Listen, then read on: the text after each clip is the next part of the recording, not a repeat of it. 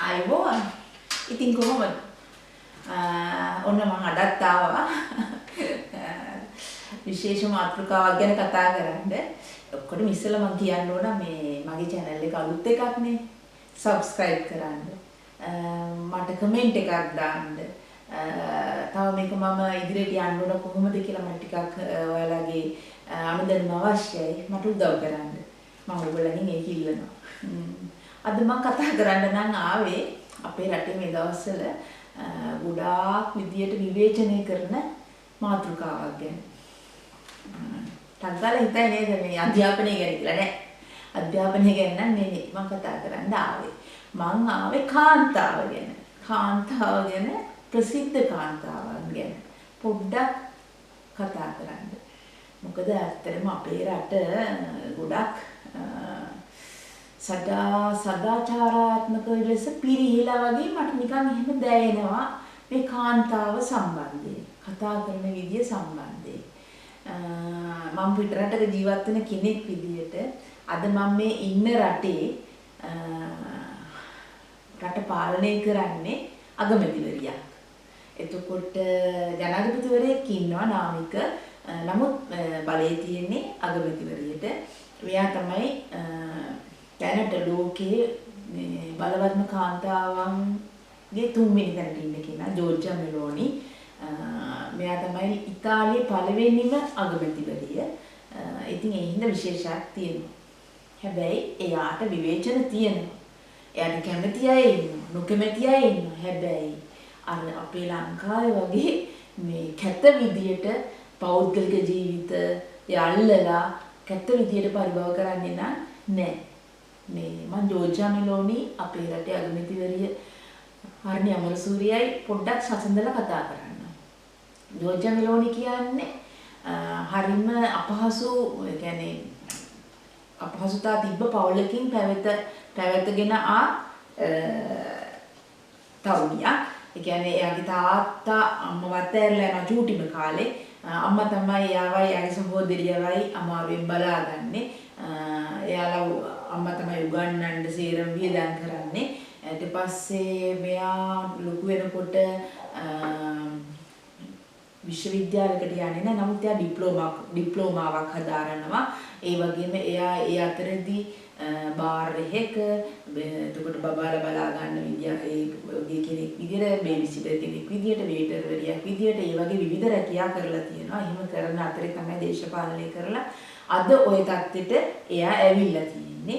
ඒ වගේම විශේෂයෙන් කියන්න ඕන එයා ඇත්තටම තරුණ කාන්තාවක්. ඒ වගේම එයා මවක්. එයාට පුතෙක් ඉන්නවා මවක්. එයාගේ සැමියාව එයා අතහැරලා ඉන්නේ. දැන් අපේ රටේ නම් ওই වගේ කෙනෙක් ගැන කතා වෙනවා නම් ගොඩාක් දේවල් මේ අද සමාජයේ අද මම ඇත්තටම මේ දකින විදියට ගොඩාක් කැත විදියට කතා කරයි නේද කියලා මට හිතුණා. නමුත් මේ රටේ එහෙම කතා කරන්නේ නැහැ. මේ රටේ ඇත්තටම කාන්තාවට ගොඩාක් ගෞරව කරනවා. ඇත්තටම ඒක වටිනවා. කාන්තාවකට එහෙම ගෞරවයක් තියෙන්න ඕනමයි. හර්නි අමරසූරිය ගත්තම ඇත්තටම එයා අපේ රටේ තුන්වෙනි අගමැතිවරිය. එතකොට එයාට ඉස්සර වෙලා මේ අගමැතිවරයන් දෙදෙනෙක් අපිට ඉඳලා තියෙනවා. ඒගොල්ලන්ට ඔහොම අගෞරව කරලා නැහැ.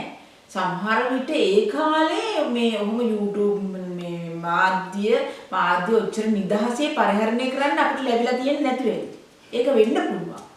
ඒ හින්දා මේ වගේ දේවල් සමාජයට නොවෙන්නත් පුළුවන්. ඒ වගේම සමහර විට ඒ කාලේ මිනිස්සු ඊට වඩා සදාචාරාත්මකව හැසිරෙලා තියෙන්නත් පුළුවන්.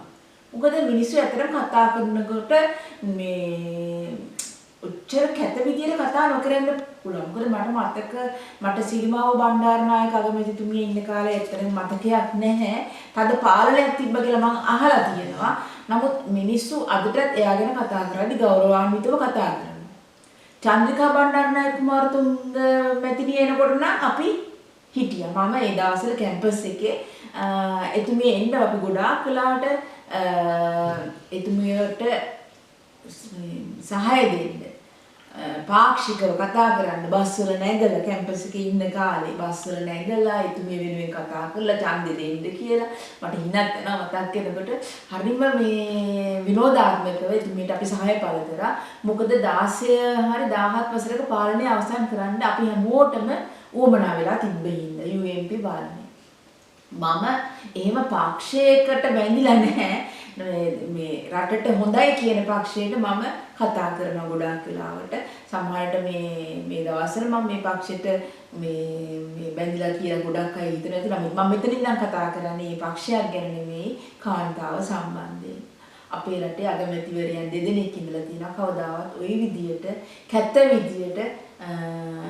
කතා කරලා තියෙනවා මම දැකලා නැහැ සමහරට ඒ කාලේ සමාජ මාධ්‍ය මෙච්චර නිදහසේ භාවිතා කරන්න නොතිබුණු නිසා වෙන්නත් පුළුවන්. එතකොට හර්ණ්‍යවසූරියගේ පසුබිම ගත්තොත් දැන් අපි සිරිමාව බණ්ඩාරනායක මහත්තයා චන්ද්‍රිකා කුමාරතුංග මහත්මියගේ දෙන්නගෙන් පසුබිම ගොඩාක් දුරට දන්නවනේ ප්‍රසිද්ධ පුද්ගලයන්නේ. හර්ණ්‍යවසූරිය ගත්තත් එයත් හොඳ පෞල් පසුබිමක් තියෙන කෙනෙක්. එතකොට පියා වැඩිකරුවෙක් විදිහට වැඩ කරලා තියෙනවා. මම හොඳට බිෂොප් විද්‍යාලය ඉගෙනගෙන තියෙනවා. ඊට පස්සේ ශිෂ්‍යත්වයක් ලැබලා ඉන්දියාවට ගිහිල්ලා තියෙනවා අවුරුදු 4ක් ඉගෙනගෙන තියෙනවා ඊට පස්සේ ඇවිල්ලා සමාජ ක්‍රියාකාරිනියක් විදියට වැඩ කරලා තියෙනවා ඒ වැඩ කරලා තියෙන්නේ ළමයි සම්බන්ධයෙන්මයි ඉන්දියාවේ භූමිකම්පාවකට අසු වුණු ළමයි සම්බන්ධයෙන් මම ගොඩක් වැඩ කරලා තියෙනවා ඊට පස්සේ ආපහු ඕස්ට්‍රේලියාවට ගිහලා ඇගේ මාස්ටර් එක කරලා ඇවිල්ලා කතිකාචාර්යවරයෙක් විදිහට වැඩ කරලා තියෙනවා. එහෙම කෙනෙක්ට එච්චර උගත් කෙනෙකුට මෙහෙම කතා කරන්නේ ඇයි කියලා හිතන්න මට නම් හිතා ගන්න බෑ. කාන්තාවක් හින්දාම මෙහෙම කතා කරන්නේ. කාන්තාවට අද අපේ රටේ තියෙන තැන උතන කොහොමද? අනික මෙහෙම කතා කරන්නේ මේ අලුත් ළමයි නෙමෙයි. අලුත් ළමා පරපුර නෙමෙයි ඇත්තටම දරුවෝ නෙමෙයි එහෙම කතා කරන්නේ. මේ කතා කරන්නේ 50 60 70 දශකේ ඉන්න කට්ටිය හරිම පුදුමයි හොඳට සදාචාරාත්මකව හැදුණු කට්ටිය දේශපාලකයෝ මුහුකුරා ගිය කට්ටිය හොඳ අත්දැකීම් තියෙන කට්ටිය මට නම් මෙතන පේන්නේ ගොඩක්ම තියෙන්නේ මේ ඊර්ෂ්‍යාවක් කියලා. ඒ කියන්නේ කාන්තාව සම්බන්ධයෙන් ඇයි පිරිමි මූලික කරගත් සමාජයක කාන්තාවක් ඉදිරියට ඇවිල්ලා වැඩ කරනකොට ඇයට දක්වන ගෞරවය වෙනුවට අගෞරවයක් අද පෙන්නලා දින අපේ රටේ කියලා මට හිතෙනවා. ඒක ඉතින් ඇත්තටම වැරදි. මේ එච්චර උගත් අය අගමැතිනේ විදිහට සමහර දේවල් එයා ගන්න තියෙන වැරදි වෙන්න පුළුවන්. ඒව විවේචනය කරන්න අපිට අයිතිය තියෙනවා. මේ පක්ෂව කතා කරන්නත් අපිට අයිතිය තියෙනවා. විවේචනය කරන්නත් අපිට අයිතිය තියෙනවා. නමුත් මේ එහෙම මේ කැත විදියට කතා කරන්න අපිට අයිතියක් නැහැ. විශේෂයෙන් මාධ්‍ය අද YouTube සමාජ මාධ්‍ය නිදහස තියෙනවා. නමුත් මාධ්‍ය ඔහොම කැත විදියට ඒව ප්‍රචාරය කරන එක හරිම වැරදි. කාන්තාවක් සම්බන්ධයෙන් හරිම වැරදි. ඒක හොඳට මේ තේරෙනවා. මොකද පිටරටේ ඉන්න කෙනෙක් විදියට මම නිතරම YouTube මාර්ගයෙන් තමයි හැම දෙයක්ම බලන්නේ. එතකොට ගොඩාක් දේවල් පේනවා අපිට. සමහර රට ඇතුලේ ඉන්නකොට ඒක පේන්නේ නැතුව ඇති.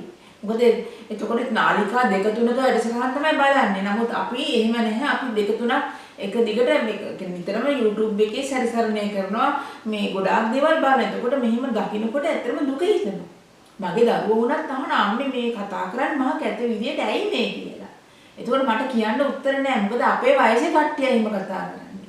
අපේ වයස් වලට වැඩි අය නැත්නම් අපේ වයස් වල අය එහෙම කතා කරන්නේ. දරුවෝ එහෙම කතා කරනවා මම දැකලා නැහැ ඇත්තටම. දැන් ওই විශ්වවිද්‍යාවවල දරුවෝ ඉන්නවනේ ගොඩක් වෙලා මාධ්‍ය ඉස්සරහට වෙලා කතා කරනවා. නමුත් ওই වගේ පරිභව කරන්නේ නැහැ කැත විදියට. විපක්ෂයේ හෝ ආණ්ඩු පක්ෂයේ හෝ කවුරුන් හෝ වේවා විවේචනය කරනවා නම් විවේචනය කරන්න හොඳ මේ භාෂාවක් තියෙන්න ඕන අපිට. අපි පරිහරණය කරන හොඳ භාෂාවක් අපිට තියෙන ලස්සන සිංහල භාෂාවක් ලස්සන වචන තියෙන භාෂාවක් අපිට තියෙනවනේ. ඇයි ඒක මේ යූස් කරන්නේ නැත්තේ? මට අහන්න තියෙන්නේ ඒකයි. ඇත්තටම කාන්තාවක් වෙනුවෙන් ඇයි ඔහොම පරිභව කරලා කතා කරන්නේ? එතකොට මට හිතෙන්නෙම මේ පිරිමි අය කැමති නැහැ කාන්තාවක් ඉස්සරහට ඇවිල්ලා මේව කරනවට. ඒගොල්ලෝ කැමති නිතරම කාන්තාව මේ කුස්සිය මුල්ලේ ගෙදර එහෙම තියනවද කියලා මට අහන්න හිතෙනවා. හරි දුකයි මේ ගැන. ඉතින් මම ඒක ගැන කියන්නම තමයි අද ගත්තේ. මේ මෙහෙ විතරක් නෙමෙයි ජර්මනියේ එතකොට නව ශ්‍රී ලාංකේයේ අගමැතිවරයන් වෙලා ඉඳලා හිටපු කට්ටිය තියෙන ඒ වලට මම කවදාකවත් අහලා නැහැ ඔච්චර කැත විදිහට කතා කරන ඒගොල්ලන්ට ගෞරව කරනවා තමයි ගොඩක් අය. මොකද ඉංග්‍රීසි භාෂාවේ තියෙනවානේ ladies first කියලා ඒ ගෞරවය ගොඩාක් වෙලාට දෙනවා. ඇත්තටම දෙනවා ඒක. ඉතින් ඒ හින්දා දැන් අපේ දැන් මාර්තු මාසෙනවනේ කාන්තා දිනය. එතකොට ඇත්තට මේ වගේ රටවල මාර ගොඩාක් මේ වැඩි විදිහට කාන්තාවට ගෞරව කරනවා. එදාට කාන්තාව නිදහසේ බස්වල ගමන් කරන්න පුළුවන්. ඒගොල්ලන්ගෙන් අය කරන්නේ එතකොට හැමතිස්සෙම ඒ දවස් විතරක් නෙවෙයි නමුත් කාන්තාවට ගොඩාක් මේ ගෞරව කරනවා. අපේ රටේ ඒක හරි අඩුයි කියලා මට හිතෙන්නේ. හැමතිස්සෙම හිංසා කරන්නයි බලන්නේ. වචනයකින් හෝ හිංසා කරන්නයි බලන්නේ. මේ මට ඉතින් ඊළඟට තියෙන්නේ ඇත්තටම අපි සමාජ මාධ්‍ය භාවිතා කරනකොට මේ විතරක් නෙමෙයි අනිත් වෙලාවට කාන්තාවට ගෞරවයක් දක්වන්න. ඒ කියන්නේ කාන්තාව විවේචනය කරන්න පුළුවන්. හරි විදිහට විවේචනය කරන්න හරි වචන වලින් කියලා මම ඉල්ලනවා. මගේ channel එකට ඔයගොල්ලෝ කැමති නම් ඒක බලලා මට මේ අදහසක් දෙන්න. මොකද මම මේ කියන දේ මොකද්ද මම මේ කියන්නේ? මොකද්ද මම මේ කියන දේ ගැන ඔයාලට හිතෙන්නේ? මම ටිකක් කතා කරලා මට හරි ආසයි ඔයාලගේ අදහස් දැනගන්න. subscribe කරන්න, like එකක් දෙන්න. ඒ වගේම comment එකකුත් දාන්න. මම මේ කියපු දේ ගැන ඔයාලට හිතෙන දේ. බොහොම ස්තුතියි.